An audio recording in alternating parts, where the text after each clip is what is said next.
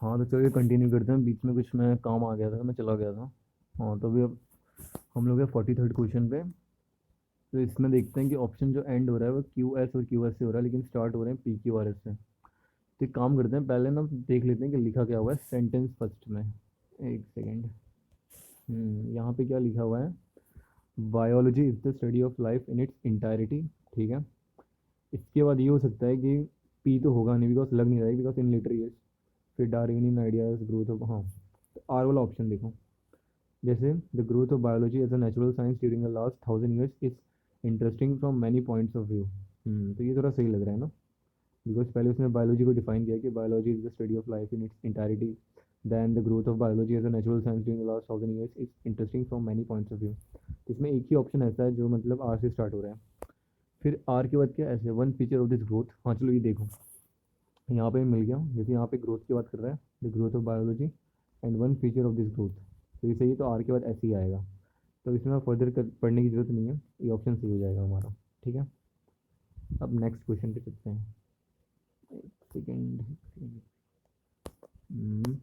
Question number 44। चलो ठीक है। तो 44 में ये पैटर्न ना बहुत सारे क्वेश्चंस में रिपीट होते हैं। जैसे देखो, ये भी एस से एंड हो रहा है, ये भी एस से एंड हो रहा है, ये भी एस से एंड हो रहा है, लेकिन ये जो है क्यू से एंड हो रहा है। तो ऐसे मैंने मतलब मैंने ऑब्जर्व किया है कि जब भी चार ऑप्शन दिए होते हैं, ठीक है, जैसे A B C D. Sorry यार, खराब हैंड राइटिंग है। तो जैसे अगर ए ऑप्शन है पी क्यू आर एस, ठीक है। बी ऑप्शन है क्यू पी आर एस, ठीक है। सी ऑप्शन है आर क्यू पी एस, और डी ऑप्शन है एस पी क्यू आर। तो देखो ये तीनों जो है, ये तीनों सेम है, तीनों एस से एंड हो रहे हैं। लेकिन ये जो लास्ट वाला ऑप्शन है ये डी से मतलब आर से एंड हो रहा है। तो मैंने ऑब्जर्व किया कि इस केस में ना 90% ये चांस होता है कि डी वाला सही हो जाएगा, मतलब जो सबसे अलग है। जैसे रीजनिंग में होता है ना ऑड वन आउट। तो इस केस में मतलब मैंने ऑब्जर्व किया है कि मोस्टली आंसर तब जो सबसे अलग होगा वो होता है। चलो एक बार चेक कर लेते हैं हम लोग। एक सेकेंड, हाँ। तो इसमें क्या है ना कि सबसे डी सबसे अलग है। तो डी से सेंटेंस फॉर्म करके देखते हैं। जैसे, अरे यही तो है। हाँ, अरे ऊपर वाला भी बायोलॉजी का था ना, तो मुझे लगा कि 43rd क्वेश्चन नहीं। हाँ, तो biology is the youngest of the formalise discipline of natural science. सही है। Progress in physics and chemistry proceeded much faster than in biology. फिर एच का था applications of physics and chemistry in our daily life also have higher visibility in those of biology. However the 20th century and certainly the 21st century has demonstrated that evolutionary biology भी सही है। The discovery of antibiotics synthetic plant. चलो सही है, इसका ना D होगा, because जो लास्ट है, the discovery of antibiotics and synthetic plant derived drugs and aesthetics have changed medical practice on one hand and human health on the other hand. The last sentence है life expectancy of human beings has dramatically changed over the years just because of the discovery of antibiotics and synthetic plant derived drugs and aesthetics। तो इसका option D हो जाएगा। ठीक है, अब next question पे चलते हैं। क्वेश्चन 45। 45 में क्या है? People in society. इसमें भी क्या है ना, इसमें ऑप्शन स्टार्ट हो रहा है पी क्यू आर एस से, एंड हो रहा है एस आर क्यू पी से। मतलब इसमें शायद थोड़ा टाइम लग सकता है, बिकॉज स्टार्टिंग भी अलग अलग मतलब अल्फ़ाबेट से हो रहे हैं, एंड भी अलग अलग अल्फ़ाबेट से हो रहे हैं। इसमें कुछ कॉमन है नहीं, म्यूचुअल है नहीं। तो ट्राई करके देखते हैं क्या होगा इसमें। तो फर्स्ट सेंटेंस क्या, people in society need many goods and services in their everyday life including food clothing shelter transport extra. फिर चलो पढ़ के देखते हैं। तो वीवर, तो डायरेक्ट वीवर और फैमिली से तो नहीं होगा। Every individual has some amount of the goods and services that one would like to use. In fact the list of goods. तो इसमें आर के बाद एस हो सकता है, फिर एस के बाद आर हो सकता है। मतलब बी या डी ऑप्शन में से कोई एक होगा, बी या डी में से। और एंड क्या है, the teacher in this local school has the skill required to impart education to the students. इससे पहले क्या हो सकता है, क्यू भी हो सकता है, पी भी हो सकता है, बिकॉज दोनों अलग अलग प्रोफेशन है। तो अगर एस से स्टार्ट करते हैं, जैसे people in society needs many goods and services in their everyday life including food clothing shelter transport. In fact, the list of goods and services that any individual needs is so large that no individual in society to begin with has all the things one needs. Every individual has some amount of goods and services that one would like to use. मुझे लग रहा है S के बाद are होना चाहिए।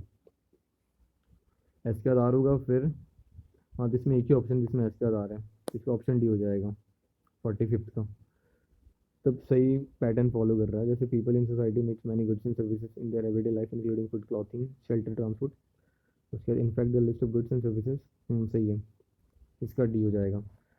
इस वाले में बेनिफिट ये होता है ना, अगर जैसे हमें पता चल गया कि स्टार्ट किससे हो रहा है, सपोज अगर पी से होता तो तुरंत हम आंसर पे आ जाते कि हाँ पी हो रहा है, या फिर एंड का पता कर लेते तो एंड। जैसे जो म्यूचुअल वाले होते हैं, कॉमन वाले, उसमें भी थोड़ा टाइम लग सकता है, इसमें भी थोड़ा टाइम लग सकता है। अब नेक्स्ट देखते हैं क्या है। 46 और देखो 46 में फिर से वो पैटर्न रिपीट हो रहा है, ये वाला। ये जो तीनों हैं, ये तीनों एंड क्यू से हो रहे हैं, लेकिन ये अकेला आर से हो रहा है एंड। तो इसी को पहले पढ़ के देखते हैं। जैसे क्या है, farming is the main production activity in the village. Over the years there have been many important changes in the way of farming is practice, है ना। This have followed the farmers to produce more crops from the same amount of land. This is an important achievement since land is fix and scarce but in raising production. हाँ, इसका ये हो जाएगा, ठीक ठाक लग रहा है पढ़ने में। देखो फिर से वही पैटर्न हुआ, तीनों कॉमन थे लेकिन आर अकेला ऑड वन था, तो आर सही आंसर हो गया। अब 47th में ये है कि इसके मतलब स्टार्टिंग तो हो रहा है मतलब क्यू आर पी एस से, लेकिन एंड हो रहा है आर पी से और आर पी से, मतलब आर और पी कॉमन है। लास्ट में क्या है, सेंटेंस 6 में, this give people a wider choice for ways to spend their earnings and expanded the market for the sale of goods. तो अगर पी से एंड हो, it had been politically stable since the 17th century with England, Wales and Scotland unified under monarchy. This give people a wider choice of ways to spend their earnings। तो ये तो कुछ लग नहीं रहा है कि मोनार्की के अंडर से तो उनको ज़्यादा वाइडर चॉइस मिल रहा था। आर से एंड करके देखते हैं। By then a large section of the people receive their income in the form of wages and salaries than in goods. अच्छा, उनको सैलरीज मिलना स्टार्ट हो गया था, तो this give people a wider choice था। तो ये आर से एंड होगा, तो आर से एंड होगा, इसका मतलब है कि ये दोनों एलिमिनेट हो गए। अब बचा ए और बी, ये दोनों आर से एंड हो रहे हैं। अब स्टार्ट करके देखते हैं कि क्यू से स्टार्ट होगा पी से होगा। तो Britain was the first country to experience modern industrialisation. It had been politically stable since the 17th century with England, Wales। हाँ, अब जैसे यहाँ पे मोनार्की की डेफिनेशन डिफाइन की हुई है, जैसे क्या unified under monarchy, this mean that the kingdom had common laws और सिंगल करेंसी। हाँ, तो क्यू के बाद पी होगा, तो ऑप्शन ए सही हो गया। अब नेक्स्ट क्वेश्चन पे चलते हैं, 48 वाले पे। इसमें क्या है, इसमें भी देखो, इसमें भी वही सेम रिपीट हो रहा है। जैसे ये तीनों आर से हो रहा है, ये क्यू से हो रहा है अकेला।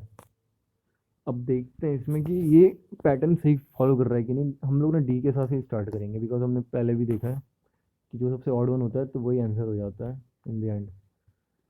क्या लिखा हुआ है, for several million years humans lived by hunting wild animals and gathering wild plants. ये वाला ऑप्शन देख रहे हैं, ठीक है।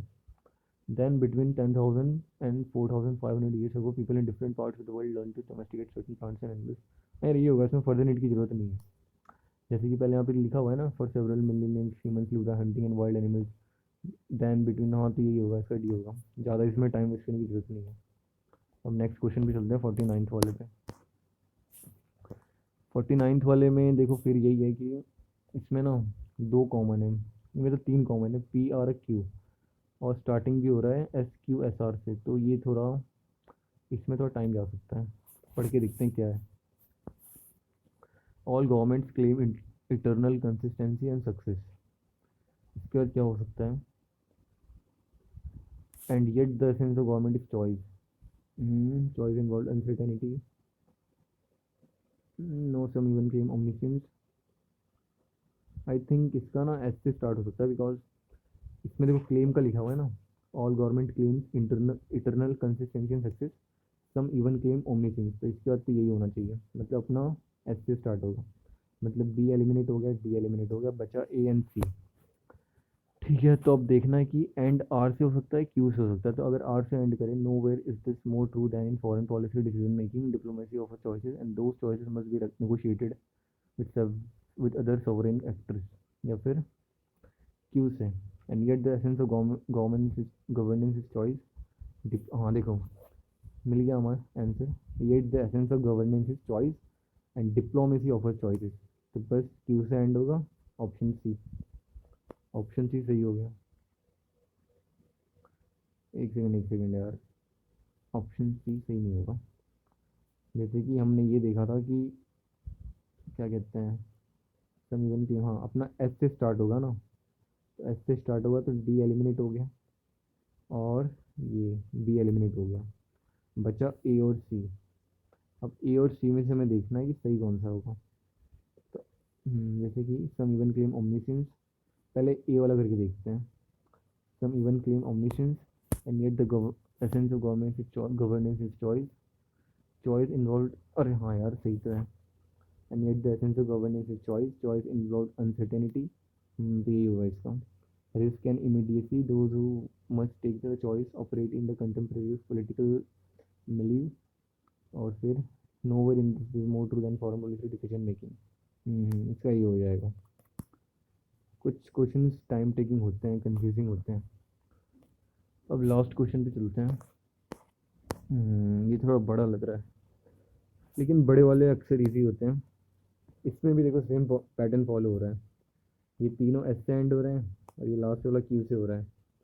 तो पढ़ के देख लेते हैं लास्ट वाले को कि कुछ सेंस बना रहा है कि नहीं।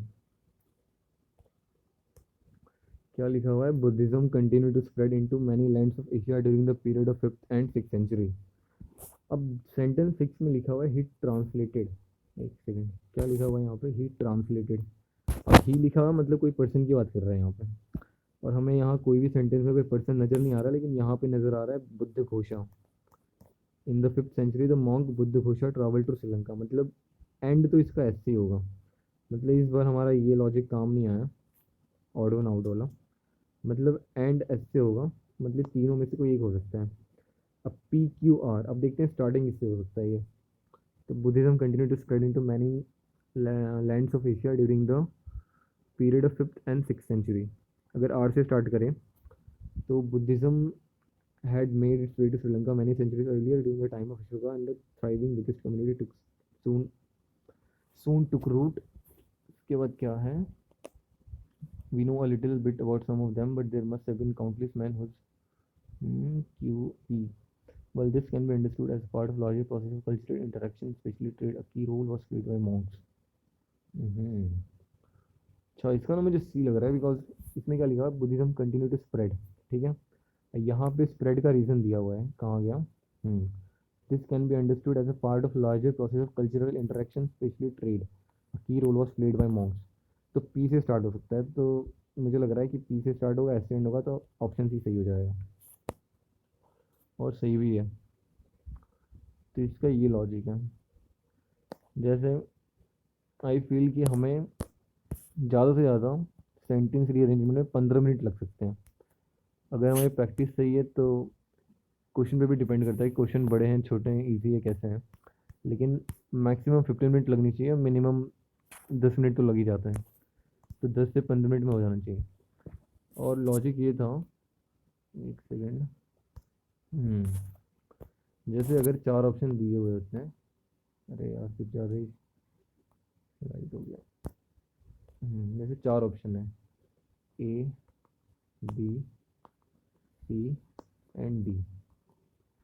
सपोज अगर ए ऑप्शन स्टार्ट हो रहा है P Q R S, B option start हो रहा है Q P R S, C option start हो रहा है पी आर क्यू एस, और डी स्टार्ट हो रहा है एस आर पी क्यू। तो इसमें क्या है, ये जो 3 है, ये 3 तो कॉमन है, और ये क्यू वाला सबसे अलग है। तो मैंने ऑब्जर्व किया है कि मोस्ट केसेस में ये वाला सही हो जाता है, ये सबसे ऑड वन आउट है। जैसे हमने देखा था ऊपर के 2 क्वेश्चंस में, लेकिन फिर हमने एक क्वेश्चन में ये भी देखा था कि ये डी वाला सही नहीं होता, मतलब जो ऑड वन वाले होते हैं सही नहीं होते हैं।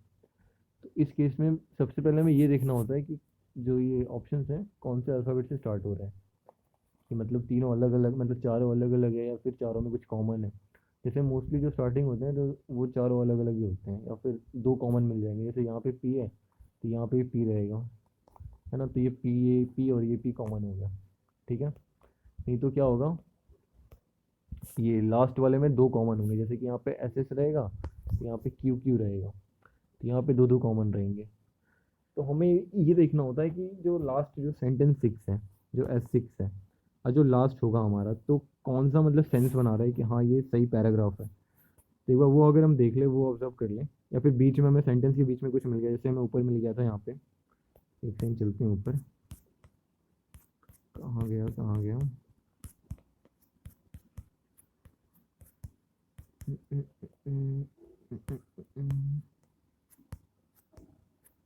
ये वाला, जैसे सेंटेंस के बीच में हमें कुछ मिल सकता है, जैसे कि यहाँ पे लिखा है ड्यूरिंग द सिविल वॉर, तो सिविल वॉर हुआ उसके बाद ही आफ्टर द वॉर आएगा, तो हमें पता है कि मतलब पी के बाद ही क्यू होगा, इतना हमें पता है कि पी के बाद ही क्यू होगा। तो इससे हम ऑप्शन एलिमिनेट कर सकते हैं कि जैसे डी ऑप्शन एलिमिनेट हो गया, तो बचे ये तीन ऑप्शन, तो फिर ये तीन ऑप्शन में हम लोग ईजिली कर सकते हैं कि हाँ फिर क्यू एस यहाँ पे है, तो एंड में एस आएगा फिर क्यू आएगा, है ना। तो इससे हम जल्दी अपने आंसर तक पहुँच सकते हैं। तो ये लॉजिक होता है इसका अटेम्प्ट करने का। और सेम इसमें भी वर्ड्स रीअरेंजमेंट वाले में, एक सेकंड देखते हैं इसमें दिया हुआ है कि नहीं क्वेश्चन।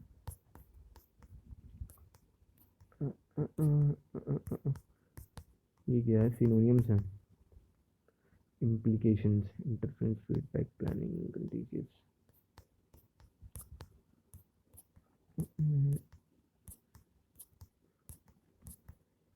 मुझे लगता है वर्ड्स रीअरेंजमेंट नहीं है क्या, ये तो होना चाहिए। हाँ ये है ना, ordering of words in sentence. अब जैसे ये क्वेश्चन है, जैसे क्वेश्चन नंबर 21, अब क्वेश्चन नंबर 21 है, तो ये एस और क्यू से स्टार्ट हो रहा है, ठीक है। क्यू कहाँ गया, एस ये रहा, agriculture has been the backbone of India for long and will continue to be the same. हाँ तो ये तो ईजिली हमें आंसर मिल रहा है इसका कि सबसे पहले एस होगा, जैसे agriculture has been the backbone of India for long and will continue to be the same.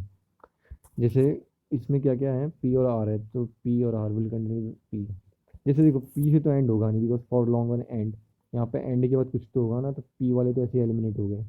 अब बचा आर आर, आर, तो ये इसका ना जैसे पहले एस होगा, फिर क्यू होगा, फिर इसका ये पी होगा, फिर आर होगा, जैसे agriculture has been the backbone of India for long and will continue to be the same, तो S S Q R P, S Q R P, तो ऑप्शन बी सही हो गया। वैसे क्वेश्चन नंबर 22, तो क्वेश्चन नंबर 22 तो ये and हो रहा है पी क्यू और पी से, पी क्यू और पी से, तो देखो पी से तो होगा नहीं, the cry of general public, the cry of general public, तो इसका कुछ तो रीज़न होगा, तो पी वाले तो ऐसे ही कैंसिल हो गए। अब बचा बी और सी ऑप्शन। अब बी स्टार्ट हो रहा है आर से, सी हो रहा है पी से। अब देखो आर से स्टार्ट करते हैं, पब्लिक, हाँ तो आर से भी सेंस बना रहा है, पी से भी हो रहा है। चलो देखते हैं कि क्या हो सकता है।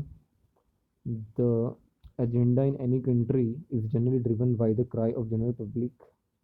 अब जैसे पब्लिक है यहाँ पे पब्लिक है, तो पब्लिक पब्लिक दो बार तो नहीं आ सकता है ना, तो पी के बाद आर नहीं आ सकता है, तो पी के बाद आर तो इसमें है, लेकिन या फिर आर के बाद पी आ सकता है, पब्लिक पॉलिसी मेकिंग।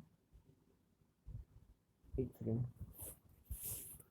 इसका क्या करते हैं, एक सेकेंड, जैसे हमने एलिमिनेट किया था option A, option B, D. अब जैसे बचे ऑप्शंस बी एंड सी, मुझे लग रहा है कि इसका होना चाहिए the cry of general public is generally driven by agenda, नहीं नहीं नहीं, इसका क्या, जैसे आर से स्टार्ट करते हैं, इस public policy making, public policy making the जन, आर के बाद पी भी कोई सेंस नहीं बना रहा है, तो इसका ऑप्शन सी हो जाएगा। तो ऑप्शन सी इसलिए होगा बिकॉज, एक सेकेंड, पढ़ के देखते हैं। The cry of general public is generally driven by public policy making agenda in any country, हाँ ठीक है, इसका सी हो जाएगा। जैसे 23rd क्वेश्चन है, अब 23rd स्टार्ट हो रहा है क्यू पी, क्यू, अब जैसे क्यू से तो एंड होगा नहीं, जैसे ऑफ द गवर्नमेंट लिखा हुआ है इस, अरे यार ये मार्क क्यों नहीं हो रहा है,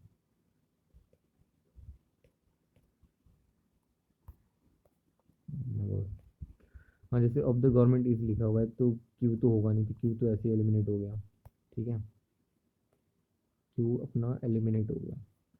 अब बचा बी, बिफोर इट स्टार्ट। हाँ, अब एस आर क्यू से स्टार्टिंग है, तो क्यू से भी स्टार्ट नहीं होगा बिकॉज ऑफ द गवर्नमेंट, ये कोई सेंटेंस रूल ही नहीं अप्लाई कर रहा है, तो क्यू वाला भी एलिमिनेट हो गया अपना, डी ऑप्शन। अब बचा एस आर। अब द एसेंशियल पावर, तो हाँ, तो दोनों से स्टार्ट हो सकता है, जैसे हम लोग बी से ट्राई करते हैं।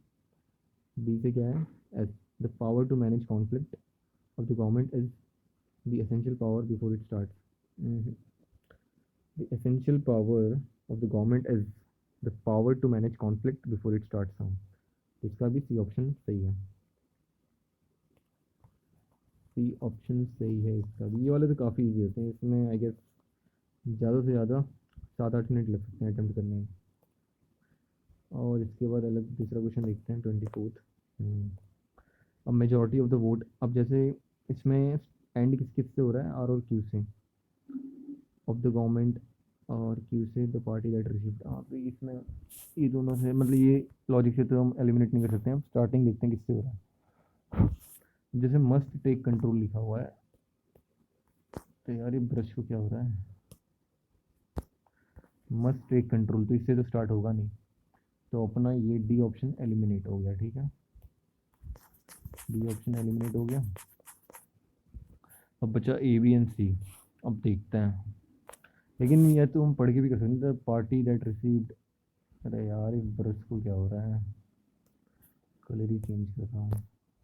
हाँ, the party that received the majority of the vote must take control of the government. हाँ सही है, तो Q P S R, Q P S R, बस ये ऑप्शन। डायरेक्टली पढ़ के भी कर सकते हैं, उतना एलिमिनेट करने के चक्कर में भी नहीं रहना है, जो इजी वाला है उसको एलिमिनेट करते चलो। अब जैसे ये क्वेश्चन है, अब जैसे R S, R S P S, R S P, तो पी से तो होगा नहीं एंड, बिकॉज कैन, अरे अरे कहाँ आ गए, कहाँ पे था मैं। तो पी से तो होगा नहीं एंड, बिकॉज कहाँ, कहाँ चले गए, कहाँ गया, हाँ, can express a view on, तो ये कोई लॉजिक नहीं लगा रहा था, पी वाले ऐसे एलिमिनेट हो गया। अब देखते हैं और क्या, एस आर पी बचा है ना, एस आर पी। अब पी से कोई सेंटेंस स्टार्ट भी नहीं होगा,